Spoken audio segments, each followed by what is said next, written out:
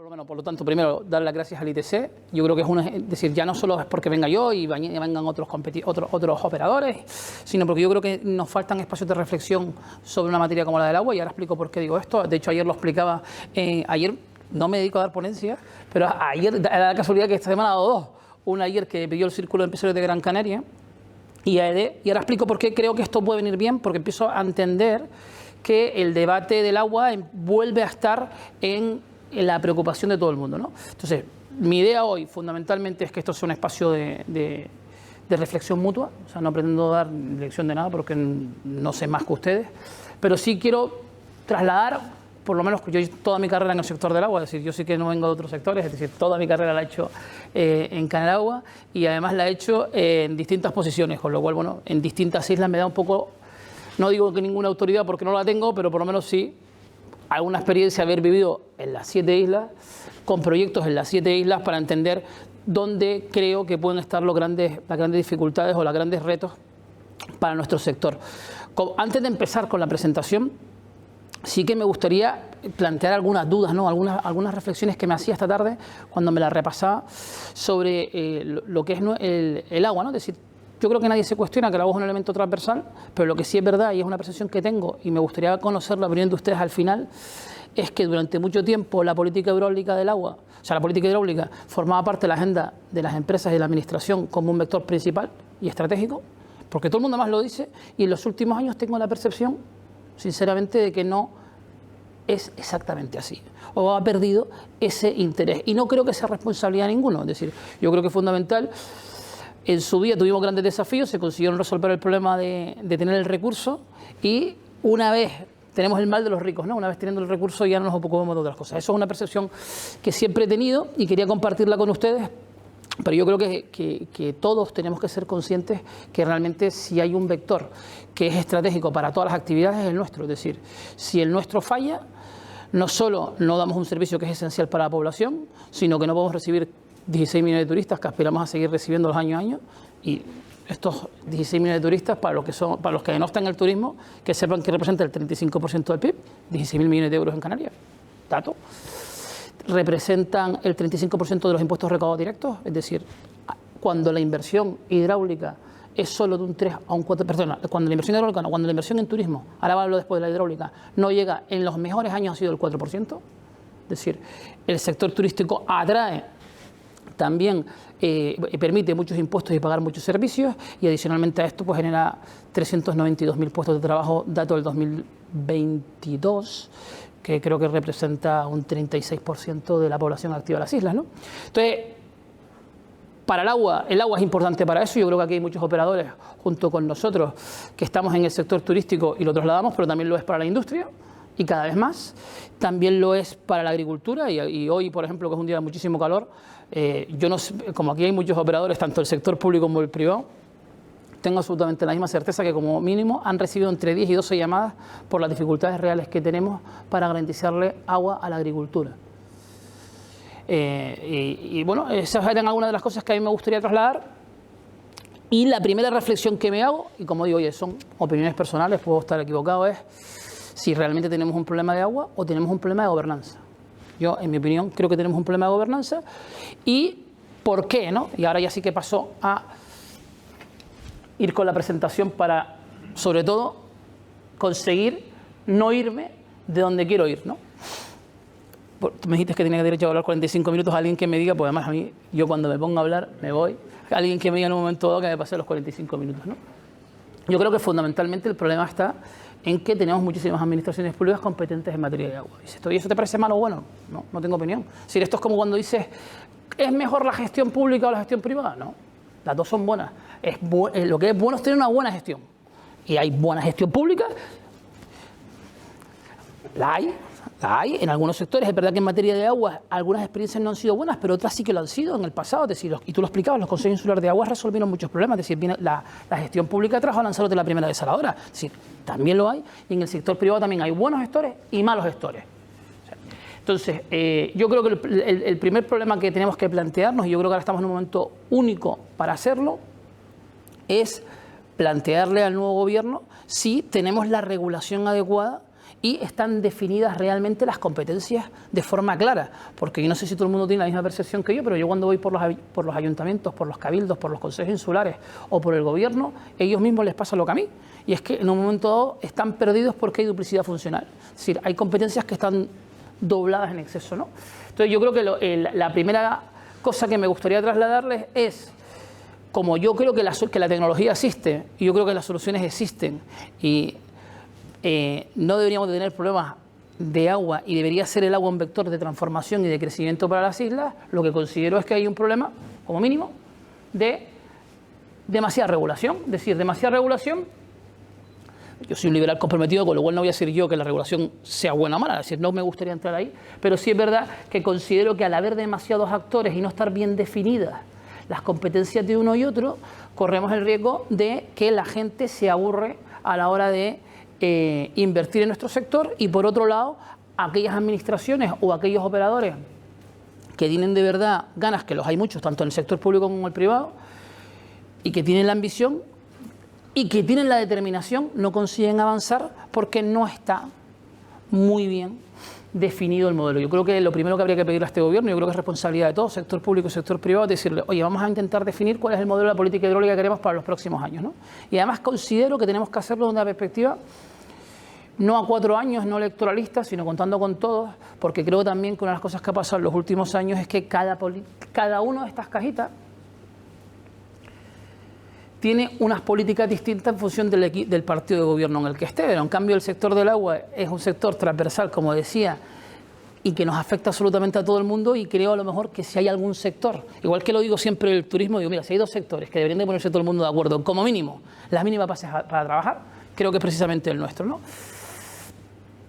A partir de aquí, antes de entrar en disquisiciones mucho más profundas sobre una cosa u otra, yo creo que hay cosas que nadie nos cuestionamos. Sí, y que tienen que ser, como mínimo, la base sobre la que trabajar, ¿eh? Oye, que el agua es un bien esencial y un derecho humano, eso nadie lo duda. Por lo tanto, también en la gobernanza tenemos que ser capaces de conseguir reclamar no solo gobernanza ambiental, sino también económica, para que nadie se nos quede atrás. Y eso es una corresponsabilidad de todos.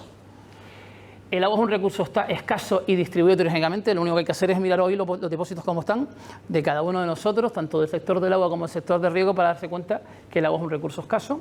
Y hay sitios en Canarias hoy, en la isla de Fuerteventura esta mañana, donde ya se está priorizando el uso del agua, ¿no? Sí, no estoy diciendo algo que está aprobado directamente por el Cabildo. Yo creo que tampoco está cuestionado, y por eso hay que evitar los debates estériles que se han producido en otros territorios, gracias a Dios no en Canarias, donde nuestra tradición histórica, como tú contabas, ¿no?, donde la iniciativa privada y el sector público han tenido que trabajar conjuntamente para poder buscar soluciones para las islas. Por eso fuimos el primer territorio donde le permitieron el aprovechamiento hidráulico desde la época de la conquista, ¿eh? Es decir, no hay ningún foro, lo vas buscando, y ese que hablan del foro de Valencia y tal, ninguno desde el derecho a la conquista le da el derecho al uso de las aguas con carácter privado, porque hacía falta la iniciativa privada para poder conseguirla, porque no venía del cielo, ¿no? Yo creo que nadie se tiene que cuestionar que el agua de titularidad pública y su uso está subordinado al interés general. Y cuando la gente empieza a discutir en el debate si es gestión directa o gestión indirecta, yo le digo que sí, pero lo que no me pueden decir es que es gestión pública y privada, porque todo es pública. Pero no por nada, sino porque lo recoge la ley, ¿no?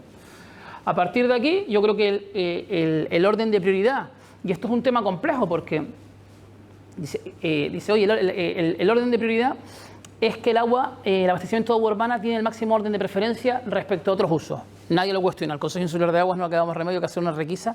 Si alguien tenía alguna duda, oye, se la ha recordado en los últimos 2 meses, ¿no?, para que todo el mundo lo tuviera absolutamente claro. Pero la realidad es que, siendo esto así, y eso yo creo que nadie lo cuestiona, con la tecnología y con la capacidad que existe hoy, no deberíamos de tener problemas de tener que hacer requisas. Deberíamos de ser capaces de tener agua para todo, porque que la agricultura no tenga agua es un drama, ¿eh? Es un drama incluso desde el punto de vista de nuestras familias y de nuestra cesta de la compra, incluso de nuestra huella ahora ecológica que decimos, si tenemos que tener la fruta de Chile, imagínate cuál sería, pero incluso desde el punto de vista de competitividad empresarial, porque la realidad es que hoy los destinos compiten, y ayer lo explicaba, ¿te acuerdas, Juan Carlos? Los destinos compiten por temas vinculados a la sostenibilidad. Imagínate no poder abordar un proyecto como el que se quiere abordar en Gran Canaria, pero hay otro en Tenerife y hay algunos más en otras islas, de convertir algunas de las fincas en espacios de kilómetro cero. Si no les podemos garantizar el agua, nadie va a invertir, porque además esto no es plantar y que salgan mangos, aguacates y tal. No, aquí hay mucha inversión también tecnológica, también en redes de riego y también en fuentes, ¿no? Por lo tanto, sobre este aspecto después me gustaría seguir comentándolo. Aquí viene algo que viene a no coincidir con lo que dije antes, es decir, la Ley de Bases de Régimen Local define claramente que el abastecimiento de agua es una competencia de los ayuntamientos. Pero la realidad es que hay muchas islas, y ustedes las conocen, las islas orientales, han tenido que tomar la decisión de que ellos no pueden ser capaces de gestionarlo y lo han hecho y han tenido que pedirle a una administración superior, oye, organízame esto, ¿no? Después hablaremos si con éxito o sin éxito. Pero bueno, organízame esto. Es decir, yo creo que al final hay que ser conscientes de que donde hay que poner mayores recursos es precisamente aquí, porque estos son los que tienen realmente la competencia. Y si de verdad queremos avanzar, aquí hay que hacer un trabajo por parte de todos. Y después, lo que tú decías, ¿no, Carmelo? Oye, la ley permite optar entre múltiples formas de gestión y para mí son todas válidas. Es una cuestión de rendición de cuentas. Es decir, es una cuestión de saber, oye, cuál es la mejor solución idónea para cada ayuntamiento de forma concreta, para cada producto, es decir, agua depurada, agua reutilizada, o sea, para cada uno de forma concreta, ¿no? Y a partir de ahí, el segundo de reflexión que hacía, ¿te acuerdas que voy a intentar seguir ordenándome? Era, la primera decía, oye, hay demasiadas competencias y no queda absolutamente claro de quién es la función de cada uno. La segunda es, no hay datos. Es decir, la única forma de comparar una cosa con la otra es que haya rendición de cuentas si no tenemos el dato. Si yo ahora les pregunto cuál es el rendimiento de todos los municipios de Canarias, solo me lo van a saber decir los que tienen subvención de agua salada, porque lo tienen que publicar. El resto no lo sabe. Entonces, si decimos que un rendimiento del 80% es bueno o malo, no lo sé. Depende con quién lo compare. Es decir, yo considero a lo mejor que un rendimiento técnico, y no soy el único operador que los tiene, aquí hay gente que en la sala que también los tiene, rendimientos por encima del 85%, y enfrente o en otros sitios tenemos rendimientos del 50%, del 49%, alguno ha llegado a decir hasta el 42%. Y además, como estos datos no hay que decir, ahí como son los únicos que hay que justificarlos, oye, pues la primera cosa que habría que plantearse es, coño, necesitamos un órgano de fiscalización y control. Es decir, si cada administración se ocupara de lo que tuviera que hacer, pues a lo mejor sería mucho más fácil si hubiera administraciones públicas que tuvieran los recursos necesarios, que no los tienen, ¿eh? Es decir, que muchas veces juzgamos a las administraciones con dureza, diciéndole que por qué no ayudan a una cosa o a la otra, y la realidad es que no les hemos dotado de recursos. Tú antes decías otra cosa, que te la compro. Decías, oye, si hay una comunidad autónoma que tiene la competencia bien regulada, es Canarias. Pero después, en los últimos años, por circunstancias, hemos decidido que la gestión delegada a través de un órgano de gestión propio, precisamente no de Canarias, es la solución para Canarias.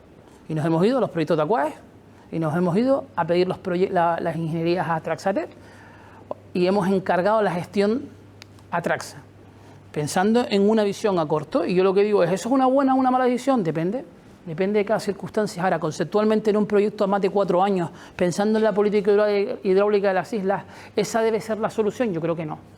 Primero porque perdemos coherencia, es decir, no podemos coger e ir a Madrid a reclamar. Y es una de las cosas que también siempre percibo, ¿no? La falta de coherencia entre lo que decimos y lo que hacemos, ¿no? Es decir, decimos que necesitamos más subvención de agua desalada, después perdemos el 50% del agua. Y cuando vamos a las reuniones al ministerio, el ministerio me dice, pero coño, a lo mejor tú no necesitas más subvención, igual lo que necesitas es mejor rendimiento. Dice, no, pero es que la fórmula lo recoge. Yo soy el primero que lo digo, porque luego tengo que decir, todos tenemos que defender a todos porque si no ponemos en riesgo todos. Pero lo reconozco que lo digo con la boca chiquitita. Dice, bueno, ya sí, pero los pesos no son exactamente los mismos, ¿no? Por eso decía que a veces no tenemos rendición de cuentas y no hay ningún organismo, a pesar de todos los que hay, con un montón de competencias, que esté precisamente fiscalizando y regulando, como por ejemplo la experiencia que tuvimos nosotros con un socio en Canaragua, con Moray Tocho, en Inglaterra, con el Ofwat, donde hay un único órgano, un órgano real de gestión, en el que sí que realmente tienes que coger y aportar la rendición de cuentas de forma todos los años, y donde además estableces unos planes a 4 o 5 años de qué es lo que vas a hacer, y te juzgan por eso. Es decir, y te aceptan un coste u otro en función de cuál es tu perspectiva los próximos años, y después lo hablaremos con respecto al decreto 64/2000, ¿no?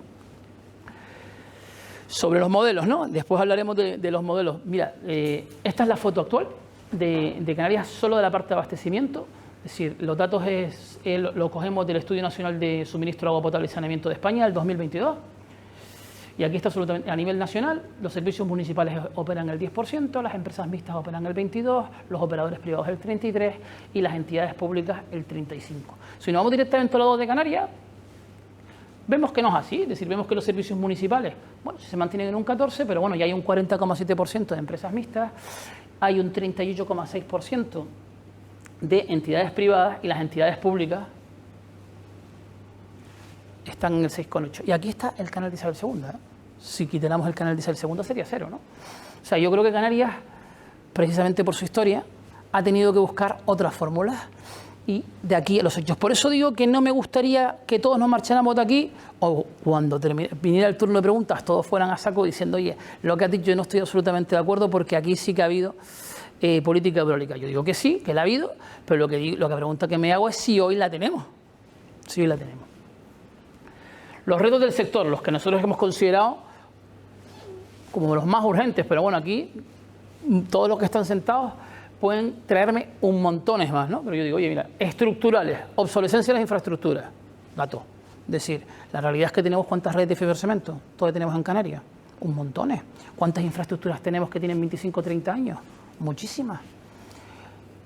Y yo creo que hay fórmulas, que tú hablas de la colaboración público-privada, hay fórmulas para resolver esto, pero hemos siempre tenido un planteamiento, como no tenemos una política común, que como digo yo, creo que debe ser coordinada entre sector público y sector privado, vamos a los presupuestos generales del Estado, va a Estado para reclamarles que nos manden dinero. Y después el dinero que no nos dé el Estado se lo reclamamos al Gobierno de Canarias, y el que no nos dé el Gobierno de Canarias se lo reclamamos a los cabildos, y el que no se lo reclamamos a los consejos insulares, y el que no se lo reclamamos a los ayuntamientos.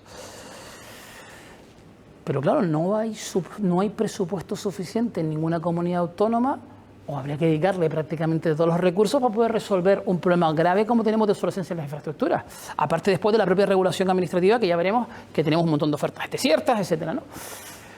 La segunda, que ya lo decía antes, y la había sacado expresamente por esto, por el peso que creo que tiene, es la gobernanza y la armonización regulatoria. Es decir, en unos sitios se permiten unas cosas, en otros sitios se permite absolutamente otras. Hay planes hidrológicos que permiten unos usos, hay otros planes hidrológicos en la isla de enfrente que no los permiten, hay algunos que permiten el autoabastecimiento de las desaladoras, hay otros que dicen, sí, de acuerdo, pero tienes que salirte absolutamente del sistema.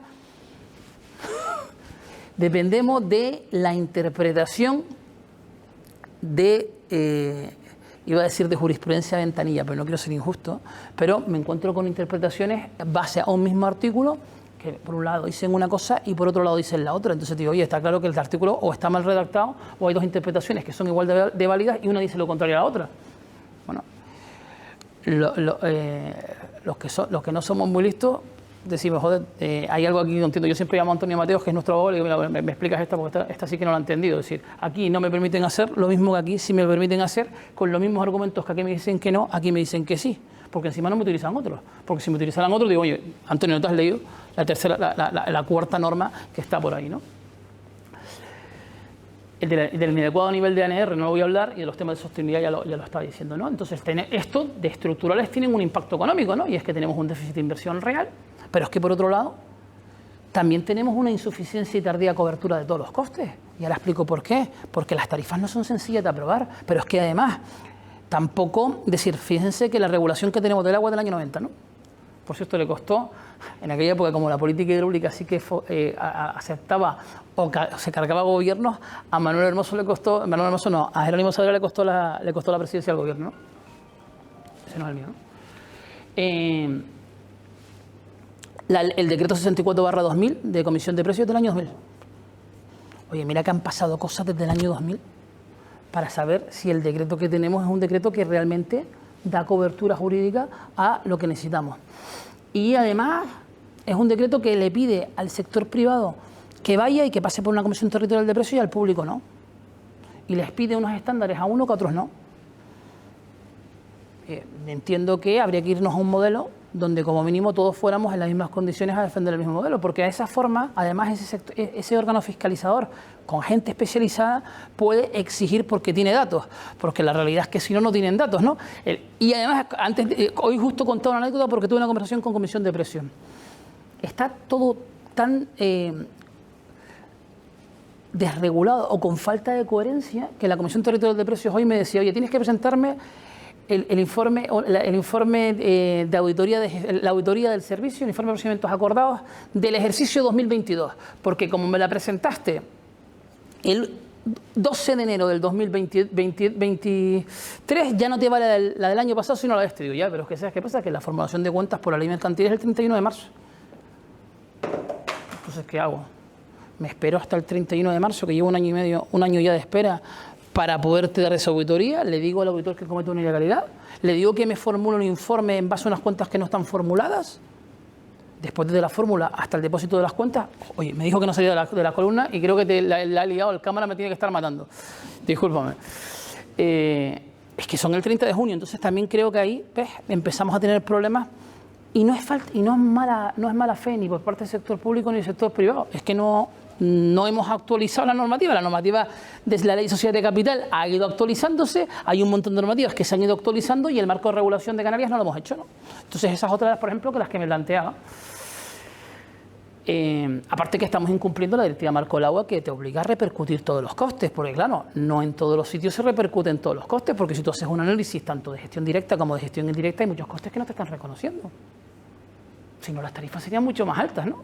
Es decir, hay ayuntamientos de gestión directa que reconocen pérdidas por encima del 70% y que el personal lo tienen en vías y obras, y las analíticas en playas.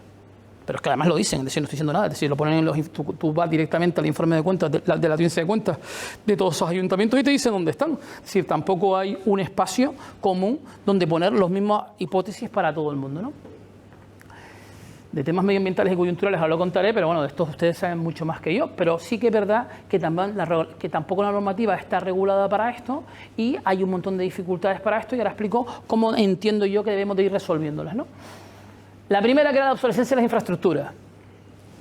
Canarias es la cuarta región con las infraestructuras más envejecidas. No es una opinión, es un dato. Canarias es la región con las infraestructuras hidráulicas más antiguadas, con un 34,2% del total, con una antigüedad de más de 20 años.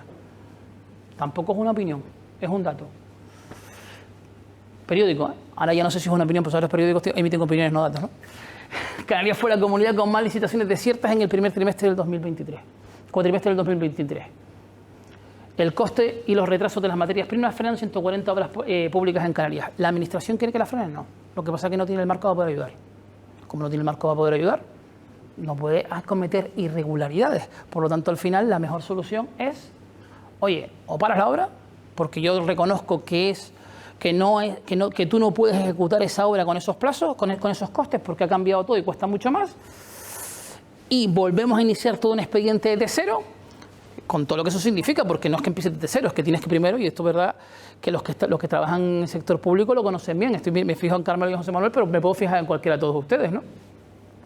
Es que primero hay que cerrar el expediente con toda la tramitación que eso lleva y hay que crear un nuevo expediente. Entonces, igual ahí ya, en vez de 20 son 21, o 22, o 23. Y en vez y esta del primer cuatrimestre seguiremos siendo la segunda más en el segundo cuatrimestre, en el tercero, en el cuarto y en el quinto, ¿no? Y mira, casi 500 obras públicas en España quedan desiertas por el bajo precio que paga la administración. Eso es un dato. Yo no digo ni que está a favor ni en contra, pero creo que la política de subastas nos ha perjudicado mucho. Creo que al final como no le damos seguridad a los funcionarios públicos para poder ejercer su acción y no le damos una regulación que le dé garantías, al final opta por una subasta porque es lo más fácil, porque si no tienes que asumir una responsabilidad. Yo a lo mejor en su caso también lo haría, pero la consecuencia es esto. La consecuencia es que cualquiera se puede presentar y dejar la obra parada. Aquellos que se dedican a la construcción solo, bueno, oye, pierden una oportunidad comercial. Aquellos que nos dedicamos después a la explotación de esa infraestructura nos ha creado un problema muy grave, que además paga el vecino, porque esa ineficiencia la acaba pagando el vecino. Esa era una de las que quería. Respecto al segundo, la segunda cosa que había dicho de que no había gobernanza y armonización regulatoria. Pero coño, ¿cómo la va a ver? Mira dónde estamos. ¿Por qué? Siempre por eso a mí me gusta hablar con datos. Oye, ¿por qué en Holanda, en Canadá o en Israel las cosas caminan muy rápido? Ahora que estamos precisamente con la sociedad de promoción que nos invitó a un proyecto con Israel, no sé si alguna de las otras empresas de aquí están, sí que sé que está Domingo Alonso, sé que está Ticán, Satocán y algunas más aparte de Canaragua. Estamos trabajando conjuntamente en desarrollar proyectos de colaboración público-privada con Israel. Y, claro, es que sus competencias están mucho más reguladas. Es decir, solo hay 4 administraciones y además ninguna competencia se duplica. Es decir, si uno se responsabiliza del cauce público, se responsabiliza del cauce público desde el principio hasta el final. Si uno se responsabiliza de cualquier otra cosa desde el principio hasta el final. Aquí, lamentablemente, no es así. Y mira dónde estamos. Dices tú, bueno, ya, coño, pero es que Estados Unidos, que es un país que a la vanguardia mundial, está peor. Ya, pero es que ellos tienen estados. Si le quitáramos la regulación estatal, o sea, la regulación de cada uno de los estados federados, estaría muy por debajo. Porque además el ejercicio lo hice y creo que se quedaban en el 3 o el 4, con gente que está ahí. Bueno, nos podemos comparar con Grecia. Bueno, ya claro, nos podemos comparar con Grecia. Es decir, ahora, cuando no conseguimos atraer capital extranjero, no conseguimos desarrollar proyectos y nos planteamos de quién es la culpa, yo digo que la culpa no es de ninguno, sino de todos porque no hacemos un proyecto de forma compartida. Esto es lo que decíamos, ¿no? El inadecuado nivel de NR. Aquí, como no tenemos los datos de Canarias para poder comparar contrato a contrato, pero mira, oye, cómo está España respecto al resto, ¿no? Y aquí está una gráfica que también es interesante. Esta la comparto, es decir, porque estos datos, al final, el único ejercicio que hemos hecho nosotros es ir a buscarlos, pero son públicos, ¿eh? Es el Global Water Intelligence. Aquí verán cómo está la relación entre inversiones en la red de distribución y las pérdidas de agua en España. Y se queda claramente lo que decía al principio, que hay una obsolescencia brutal de las infraestructuras. Y ese es el motivo del gap, nosotros, ¿no? Por lo tanto, yo siempre me pregunto, oye, si sabemos todos los problemas, porque yo creo que de lo que he dicho a ninguno le ha sorprendido nada, porque todos lo saben ustedes mejor que yo, ¿no? Si además sabemos que hay un elemento que los ODS, que nos marcan la guía, si hay un sector que tenga mayor número de implicación en los ODS es el nuestro. Coño, ¿por qué no estamos en la agenda global de todo el mundo?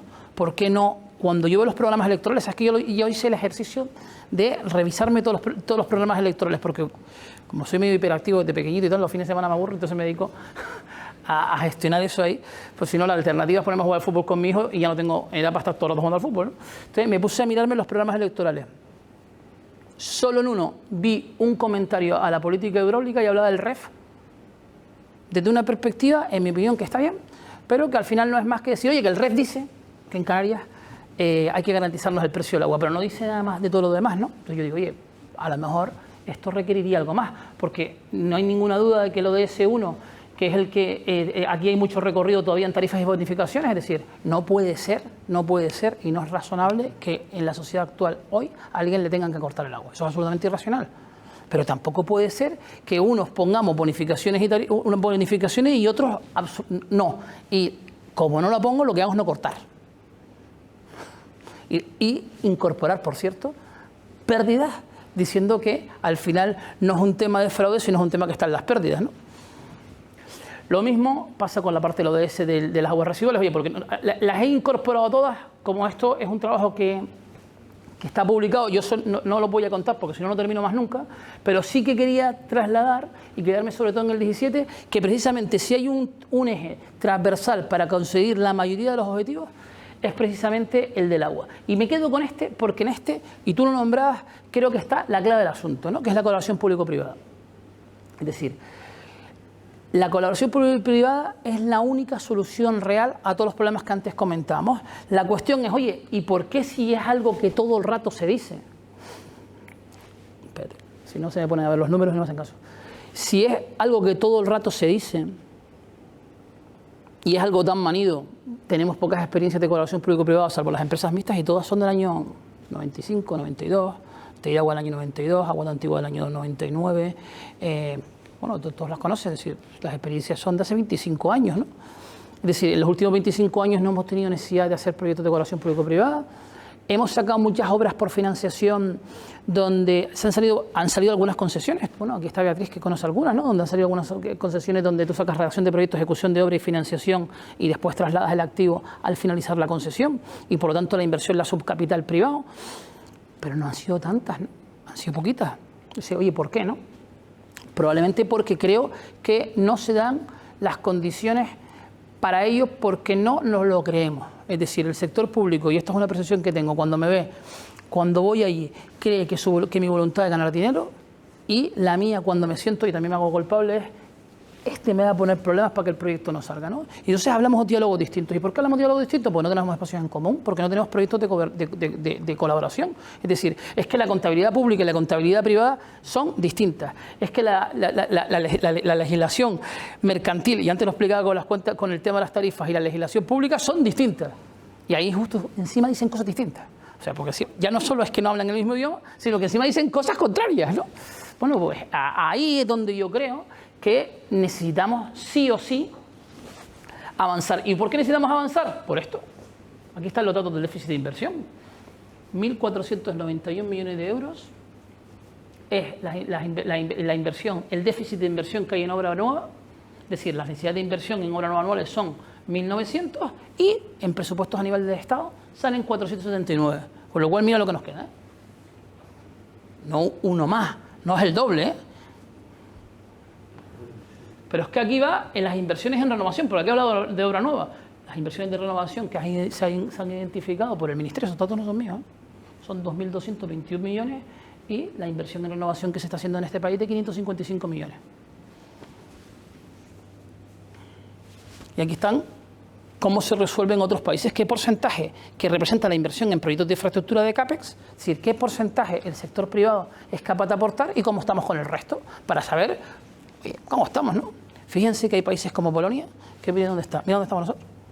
Si no, es que eso sí está peor, ya, pero es que es mucho más pequeñito y tiene mucho más presupuesto y es mucho más rico y por lo tanto no existe este déficit. No hace falta que saquen fotos, que vi a alguien que estaba sacando fotos, la presentación la vamos a compartir, ¿eh? Entonces, el primer ejercicio que tenemos que hacer como empresas y como administración es, en esa nueva política hidráulica, realmente creernos todos que entre todos esto lo podemos resolver. Y si de verdad queremos resolverlo, tenemos que crear los mecanismos y la seguridad jurídica para que se haga. Es decir, si no hay seguridad jurídica, va a ser imposible conseguir financiación para inversiones. Es decir, igual que si no hay confianza con el gobierno, hay épocas en las que tienes la política hidráulica es más importante y en otras épocas es mucho menos importante. Si tú no eres capaz de dar seguridad jurídica a las fórmulas que planteemos, ni vamos a ser capaces de... Porque la realidad es que cuando tú le preguntas a todas las administraciones públicas o a todo el sector operador dónde está ese déficit y en qué y cuál es la prioridad, yo estoy absolutamente convencido que todos nos pondríamos de acuerdo. A pesar de que no en todos sitios nos pueda convenir, ¿eh? Y mira aquí a un competidor mío. Pero estoy seguro que al final, cuando lo miremos en términos reales, todo el mundo dirá, oye, es que es verdad que es mucho más prioritario hacer esto que hacer esta otra cosa, ¿no? Es decir, estoy seguro que nos pondríamos de acuerdo. Y también estoy seguro que el sector público lo haría. Lo que no estoy tan seguro, o por lo menos planteo, es si somos capaces de hacer el ejercicio entre los dos. Y creo que es la única solución real, porque la única solución real es que el sector privado invierta también y no dependamos solo de los presupuestos del Cabildo, por ejemplo, en el caso de Gran Canaria y del Consejo Insular de Agua. Y para hacerlo, dices tú, oye, ¿hay gente que está dispuesta a poner dinero? Sí. Los bancos están avisándonos todos los días que están dispuestos a poner dinero. Nuestros accionistas están diciéndonos todos los días que están dispuestos a seguir invirtiendo. Y no hablo solo del accionista de Canalagua, hablo de las principales empresas canarias que están diciendo, oye, si ustedes van a proyectos, yo voy con ustedes a proyectos porque estoy dispuesto a financiarlo. Porque además encima tenemos el mecanismo perfecto, que es el REF, que nos ayudaría. Si tenemos el mecanismo perfecto, que a lo mejor a ese inversor habría que darle una menor rentabilidad porque la tiene por ahorro fiscal. Con lo cual, las tiras de los proyectos no deberían ser muy altas. Tenemos los bancos, tenemos el capital internacional, que yo me he sentado con muchos fondos, cuando tuve la experiencia de tener en el accionariado a Itochu, que teníamos los consejos de administración en Londres, que nos decían, oye, Canarias es un territorio para nosotros estratégico, además es un buen laboratorio. Itochu, ¿por qué entró en Canalagua y no en Akbar, no? Esa es la pregunta que me ha hecho mucha gente. Porque Canarias le aportaba un laboratorio perfecto, por ejemplo, para temas de desalación, porque en Japón en aquel momento se estaba desarrollando la desalación y era una oportunidad de aprender el negocio, ¿no? Es decir, tenemos fondos internacionales que consideran que Canarias puede ser un sitio perfecto para hacerlo. Y no lo hacemos. Después, es decir, como no voy a ser el único que hable, voy a preguntarle yo porque ustedes lo creen, al final del asunto, ¿no? Una parte es por la falta de seguridad jurídica y una de las principales faltas de seguridad jurídica es esta, la insuficiente tardía cobertura de costes. Es decir, esto es lo que se tarda, si todo va perfecto y todo el mundo alineado. Y ahora mira José Manuel, que me conoce bien de toda nuestra trayectoria juntos en una empresa coparticipada. José Manuel trabajando a muerte, con todo el mundo alineado y todo el mundo aportando los datos en los menores plazos posibles, una tarifa tardamos 12 meses. Por la propia tramitación. No. Coste este año. Ahora esto lo hemos vivido con la energía y hemos tenido que buscar otras fórmulas para evitarlo, ¿no? Que es lo que han hecho otras administraciones públicas y, por ejemplo, lo que ha hecho una empresa mixta como La Laguna, ¿no? Es decir, coste, el primer mes te coge la factura eléctrica que está en tarifa a X euros, no vamos a hablar de datos porque no ninguno diga, oye, pues yo la tengo más barata o yo la tengo más cara. No quiero fastidiar porque como aquí hay mucho cliente operador, que no vayamos a correr el riesgo de que algún competidor se enfade. Yo creo que a mí es más barata, ¿eh? Es un tema de volumen, es un tema de volumen. No creo que no es un tema de mejor práctica, sino un tema de volumen. Vas pasando todos los meses y vas pagando el doble de factura y te va afectando la tesorería y te va aumentando los costes financieros, ¿no? Entonces llegas al final de año y dices, mira, es que yo para poder presentar la tarifa, tal y como está la normativa hoy, tengo que esperar que los costes se hayan producido. Es decir, me tengo que esperar 12 meses para presentar una tarifa que tarda otros 12 meses, que son 24, y en los costes, además, no solo le estoy perjudicando al vecino, porque encima además le estoy metiendo unos costes financieros, porque como no tengo capacidad de financiarlos, tengo que financiarme, con lo cual al final el vecino acaba pagando mucho más, el operador acaba perdiendo 24 meses y la administración acaba teniendo que resolver los 24 meses vía una subvención directa. Esa es la realidad que tenemos hoy. Todo el mundo trabajando alineados. Imagínate cuando no estamos alineados, imagínate cuando lo que piensa el sector público y el sector privado no es lo mismo, ¿no? Hombre, yo creo que esto, como mínimo, tendríamos que reflexionar. Porque el mundo no es como antes, donde las cosas no cambiaban de un año a otro en tanto, con lo cual ni me parece justo que la administración municipal acabe soportando ese coste vía subvención de otros costes que tiene que quitar de otro sitio, porque al final le estamos quitando esos costes a otro sitio, ni me parece justo que lo haga el operador, ni me parece justo que se haga así, porque tampoco me parece justo que si mañana baja la energía, tardemos otros, que también pasa, ¿eh? Podemos tardar a lo mejor 6, 7, 8, 9, 12 meses en moverlo. Es decir, yo creo que al final el modelo no da. Entonces, cuando tú esto se lo planteas a un fondo, el fondo te dice, ya, yo eso no lo entiendo. Entonces, como no lo entiendo, no pongo dinero. Y entonces invierten en otro tipo de hoteles, porque no es casualidad, ¿eh? Canarias es una de las comunidades autónomas que mayor nivel de inversión extranjera ha recibido. ¿Dónde lo ha recibido? En sectores que son estables. Puertos y turismo. Y yo digo, pero coño, si en el sector del agua lo tendríamos a huevo. Porque, oye, tenemos una planta alojativa espectacular.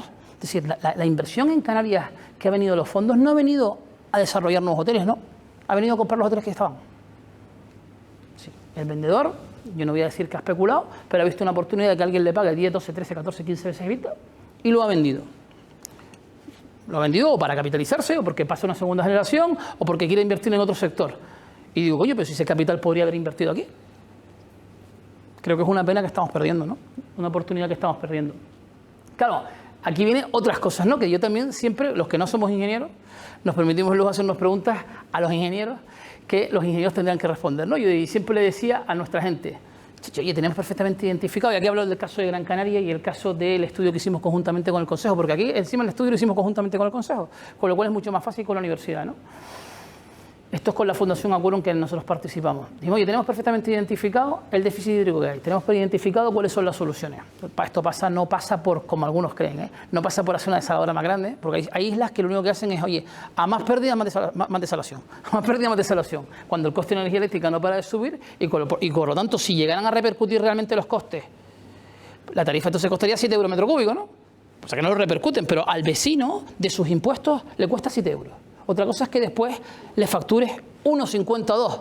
Pero no, ese dinero se está dejando de hacer para otras cosas.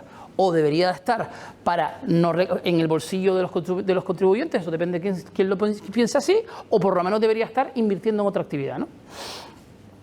Pues mira, nos salía una cosa que era curiosa. Decía, mira, es que solo, y lo comparto porque también creo que está en nuestra página web, solo con la diferencia entre recursos y demanda se reduciría en más de un 53% en el 2027, implantando varias medidas de ahorro y eficiencia y nuevas tecnologías. Es decir, aquí no es tecnología por desarrollar, ¿no? Cuando siempre todo el mundo habla, es que en el futuro tenemos que invertir en I+D+I, que yo siempre digo, pero bueno, Canarias puede invertir un poquito de I+D+I, pero es que estamos compitiendo con Israel, ¿eh?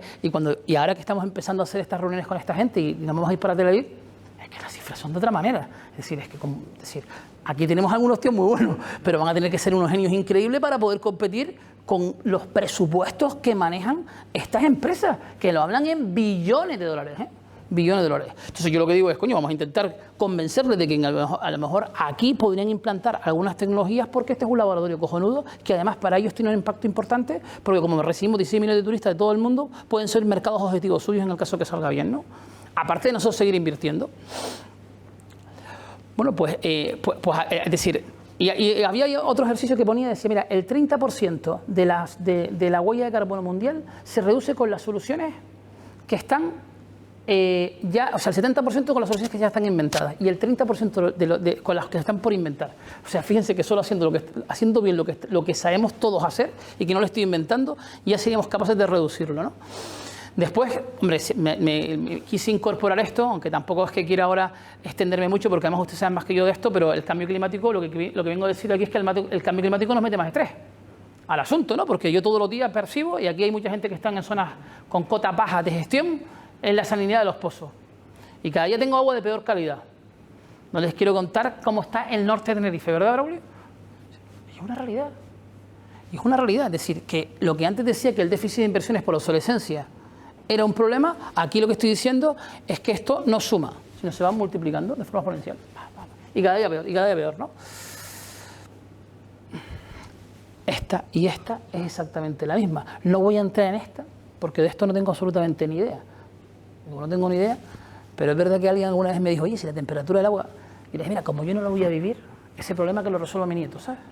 Pero sí es verdad que la actividad económica, es decir en la Feria de Londres, la última vez que estuve, fui un día a cerrar una cosa de Maspalomas, lo tengo que contar, de San Bartolomé de Tirajana, tenemos una concesión administrativa y el alcalde me dijo, oye, mira, me tienes que ayudar a contar cómo voy a poner, en este caso era Conchi, ya me toca terminar, no, avísenme, ¿eh?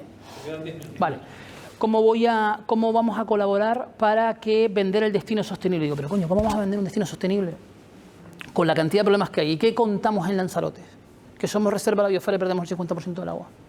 Es que esto es muy peligroso, es decir, porque cuidado con el greenwashing, ¿eh? Porque antes valía con soltar inputs. Somos los tíos más sostenibles del mundo mundial. Es decir, vienes aquí, tienes un territorio protegido más del 35%, tenemos vas por el coche, paseas por Fuerteventura, por Lanzarote, por El Hierro, por La Gomera, por Tenerife, por Gran Canaria, y la verdad que como esto es súper bonito, dices, coño, la verdad que estos tíos se han preocupado por la sostenibilidad. Y tienen derecho a tener la reserva de la biosfera. De hecho, ahora tenemos no sé, 4 parques nacionales, 176 espacios protegidos de primer nivel, pero la realidad es que si alguien nos hace una segunda pregunta, dice, bueno, ¿y cuánta agua se pierde? ¿Y cuánta agua se reutiliza? ¿Y cuánto se naturalizan las instalaciones? Cuidado, ¿eh? Cuidado, ¿eh? Esa es otra de las cosas que también creo que conviene que empecemos a hablar. Todos, porque además, como digo, es corresponsabilidad de todos. Y así, bueno, voy incorporando un montones que, como digo, oye, son simplemente ideas. Y lo mismo pasa con la economía circular, es decir, todo el mundo tiene absolutamente claro que la solución pasa por la reutilización, pero no somos capaces de avanzar en la reutilización. ¿Por qué? Porque además, encima, tenemos planes generales y normativas urbanísticas del año, bueno, en algunos sitios de municipios turísticos del año 85. Normas subsidiarias, ¿eh? Entonces, no hay suelo, el suelo que hay no está clasificado, sacamos a decir, no es fácil la colaboración público-privada, la administración saca una licitación y al final se le da una serie de circunstancias y no puede abordarla como le gustaría. Y la realidad es que tenemos menos agua. Yo siempre me digo, oye, pues si deberíamos decir, si consiguiéramos reutilizar el 100% del agua en Canarias, como mínimo tendríamos otro balance, ¿no? A lo mejor lo que tenemos que empezar es a hacer mucho más esfuerzos en esto, no en estar produciendo de forma recurrente mucho más agua, ¿no? Sobre todo porque además la primera no nos ayuda en nada desde el punto de vista de posicionamiento, porque tú decir que la solución pasa por poner agua en el grifo, coño, solo faltaba, joder. Solo faltaba que llegara al hotel y no tuvieras agua. Es decir, eso no pasa. Es decir, yo creo que tenemos argumentos para poder defender que lo hacemos mejor, por ejemplo, que en el norte de África, que es nuestro competidor en invierno, donde tienen dotaciones medias públicas, de 400, 450 litros, cuando nosotros estamos muy por debajo de eso. Es decir, tenemos muchas cosas que hemos hecho bien, pero hay otras cosas que, es que nosotros tenemos que estar en 2 o 3 fases más, porque es que, ¿sabes qué pasa? Que es que el que viene aquí no viene del norte, no es el que viene, o sea, el que elige aquí puede elegir ir a Egipto o ir al norte de África, pero el que viene aquí no es ni de Egipto ni del norte de África, es de un país donde a lo mejor el porcentaje de reutilización es mucho más alto y te lo exige, teniendo además unas condiciones climáticas mucho mejores, con lo cual te castigan mucho más por eso. Es decir, dices, joder, qué poca coherencia, ¿no? Después, antes contaba también un poco esto, ¿no? Es decir, los PERTES, ¿qué está saliendo con los PERTES? Dice, coño, es un tema de recursos, ahora tenemos recursos y no conseguimos tener éxito. Claro, como no desarrollamos proyectos de colaboración público-privada, muchas de las convocatorias se quedan desiertas. No lo digo yo, lo dice el Gobierno de Canarias. Y aquellas que no se quedan desiertas, como no tienen, se adjudican, pero como no tienen medios, la Administración va con retraso en la justificación de las mismas. Con lo cual, en la siguiente convocatoria que haremos, el Ministerio ya nos está mirando con bastante... nos está mirando de otra manera, ya no somos friendly y ya le decimos, bueno, pero si no han conseguido justificar la primera parte, ¿cómo me voy a gastar dinero en la segunda? ¿No? Sí, fíjense que, por ejemplo, solo en el de digitalización de agua y en el de contadores, ¿cuántos proyectos se han presentado y cuántos han salido? ¿Sabes por qué no? Porque no valía, y usted lo sabe bien, no valía con que tú presentaras el tuyo si todo el mundo no se ponía de acuerdo, porque lo que te estaban diciendo, por ejemplo, es, oye, en un destino como Adeje y Arona, díganme cuál va a ser el proyecto, con lo cual nos tenemos que poner de acuerdo, el Consejo Insular de Aguas, el Gobierno de Canarias, el Ayuntamiento de Adeje, el Ayuntamiento de Arona, los suministradores de agua del Ayuntamiento de Adeje y lo de Arona, no solo lo de la desaladora, sino también lo de los pozos. Nos teníamos que poner de acuerdo, entonces al final se nos pierden las oportunidades. Claro, todo es una visión de con qué ambición queremos estar, ¿no? Yo creo, dice, hay algunos posicionamientos que han salido, dice, oye, hemos tenido muchísimo éxito porque hemos conseguido captar 160 millones. ¿Vale? Es verdad, frente a cero es un éxito increíble, pero frente a la posibilidad de 3.060, pues vaya putada, ¿no? Otra cosa que también nos pasaba y quería comentar era lo de la adaptación de las nuevas directivas. Es decir, el Gobierno reconoce que siguen sin transponer 37 directivas con fecha vencida. Esto nos pasó, por ejemplo, ahora con el Real Decreto 3 para 2023. Es decir, ahora, por ejemplo, tenemos que cambiar la normativa de la calidad de agua. Y eso lo están viviendo todos, ¿no? Y todos los que estamos aquí en esta sala tenemos una responsabilidad distinta. Ahora, ¿cómo lo repercutimos? Si es que estamos hablando de que llevo 12 meses, que me paro los expedientes, los paro... Vuelvo a iniciar el expediente, que ya me he comido la energía, que ya me he comido 12 meses. Para empezar esto, la Administración Pública para los presupuestos en mitad del partido dice, oye, señores, que tengo que dejar de hacer otras cosas y me voy a ir a un reconocimiento de crédito y voy a sacar las licitaciones de esto, con todas las dificultades que le ponen los interventores, cuando dice, oye, eso es una licitación que no está en el presupuesto y que por lo tanto tienes que esperar hasta que esté vencido para ver cuál es el remanente y que lo puedas sacar. Si no, y tú dices, no, coño, pero es que yo lo tengo que sacar ya. Entonces, los que están aquí, muchos se tienen que jugar su responsabilidad profesional y tener que coger y firmar un decreto donde obliga a hacer una cosa. Eso es así, ¿no? Y digo yo, coño, ¿y por qué no hay más espacios para que esto se pueda trabajar? ¿Por qué las normativas que sacamos, en vez de tantas normativas, no hacemos normativas mucho más sencillas, mucho más armonizadas y mucho más flexibles para la situación? Esas son otras cosas que me gustaría que todos pensáramos, porque se puede hacer, ¿eh? No es verdad que no se puede hacer. Vendrá alguien que diga, bueno, ya, pero es que tenemos una normativa nacional que lo impide. No, la normativa nacional también, pero es que la local es igual de compleja, ¿eh? Porque hay muchas cosas que son hasta ordenanzas municipales, ¿eh? O sea, ya el mismo reglamento del servicio, te encuentras en un municipio un reglamento del servicio y en el otro que te dice exactamente lo contrario. Cuando la cuenca es la misma y el no tener agua es un problema para los dos, ¿no? El tema de la inflación, eso es otro tema también complejo, ¿no? Es decir, es verdad que la normativa, esta sí que no es culpa de nosotros, ni culpa de ninguno de los que está aquí, pero la normativa nacional no permitió identificar con la inflación. Y ahora dijo, oye, tenemos que buscar unas fórmulas de revisiones distintas. ¿Vale? ¿Y cómo lo hacemos? Porque claro, la inflación por lo menos era una cosa fácil de identificar. Esas fórmulas por enigmas, ¿cuánto peso le ponemos a la energía? Porque la energía de hoy ha subido el doble, pero mañana puede bajar el doble. Y estamos regulando para 25 años, o estamos regulando para 20 años o para 15 años. ¿Y qué hacemos con las materias primas? Pero si mira lo que nos ha pasado con las materias primas, es decir, el problema de todo esto es que tampoco hemos conseguido sentarnos y poner en el mercado unas mínimas condiciones que sean de seguridad para todos. Y entonces vuelvo al final, ¿no? Dice, oye, ¿y por qué la colaboración público-privada? Y ahora voy directamente, los 5 últimos minutos que me quedan, a hablar de las empresas mixtas y la gestión directa e indirecta, ¿no? Dice, oye, ¿y por qué al final la colaboración público-privada no funciona? Bueno, yo creo que no funciona por todo esto que he contado, ¿no? Porque al final lo importante no es transmitir quién gestiona el servicio al usuario, ya sea un operador público o privado, sino en qué medida se mantienen en el servicio público los valores de transparencia, equidad, rendición de cuentas, capacidad de respuesta, eficacia, eficiencia y responsabilidad pública. Y aquí falta también, pues hay que poner y privada. Y la única forma realmente de hacerlo es si establecemos un órgano fiscalizador que permita tener todos estos datos para poder comparar. Y entonces ahí te das cuenta, por ejemplo, del gasto de las administraciones públicas en externalizaciones en porcentaje de su PIB. Hay países que mira dónde están, en qué porcentaje de externalización de servicios. Donde la colaboración público-privada, mira dónde participa. Y mira dónde está España. a la altura de Turquía y de Colombia. Con un tamaño que es mucho mayor que muchos estos, porque dirán, no, pero es que Portugal está peor, ya, pero es mucho más pequeña, ¿no? Bueno, esta requeriría como mínimo esa reflexión. Entonces, cuando dices, oye, ¿y cuál es? Por eso digo, mira, es que hablar de si es mejor la gestión indirecta o la gestión directa, es que depende. Es decir, da igual, lo que hay que hablar es de buena o mala gestión, ¿no? Ahí establezco, esto está hecho por un abogado, ¿vale? Con lo cual me lo voy a saltar.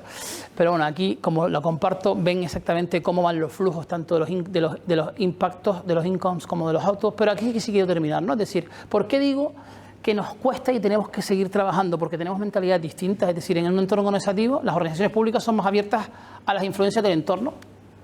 ¿Por qué? Porque depende fundamentalmente de la política, ¿no? Es decir, un programa político dice una cosa y dura 4 años, y si cambia el gobierno, en los otros 4 años puede decir una cosa distinta. Es decir, entonces, bueno, eso como mínimo da menor estabilidad. Hay sitios que no, como en La Gomera. No cambia nunca, ¿no? Entonces ahí el comentario sobra, pero en los sitios donde cambia genera eso, ¿no? Dice, oye, los objetivos de las organizaciones públicas son diversos y lo de las esto es privadas, y lo de las públicas son más difusos. Es decir, claro, si no ponemos ¿por qué me gusta a mí el tema de la taxonomía de la Unión Europea para el tema de la sostenibilidad? Porque nos va a poner un diccionario, nos va a decir, oye, esto es un indicador que es el que hay que calcular. Oye, metro cúbico por habitante y por cama. Kilogramos de residuo por habitante o por cama. Kilovatios hora por habitante por cama. Bueno, pues aquí exactamente tenemos que hacer lo mismo. Es decir, podemos tener objetivos económicos. ¿Qué es un beneficio razonable? El 1, el 2, el 3, el 4, el 5, el 6, el 3, dicen gastos generales del 13 al 17, al 19, ¿no? A ver, del 13 al 17. Más el beneficio industrial del 6, oye, pues 22 o 23. Yo creo que lo que hay que hacer es definirlo. Y aquel que sea capaz de tener mayor volumen y mayor eficiencia tendrá un mayor beneficio industrial, y aquel que sea menos capaz tendrá otro. Pero lo que no puede ser es que vaya cambiando de forma recurrente, porque eso al final no da absolutamente ninguna seguridad.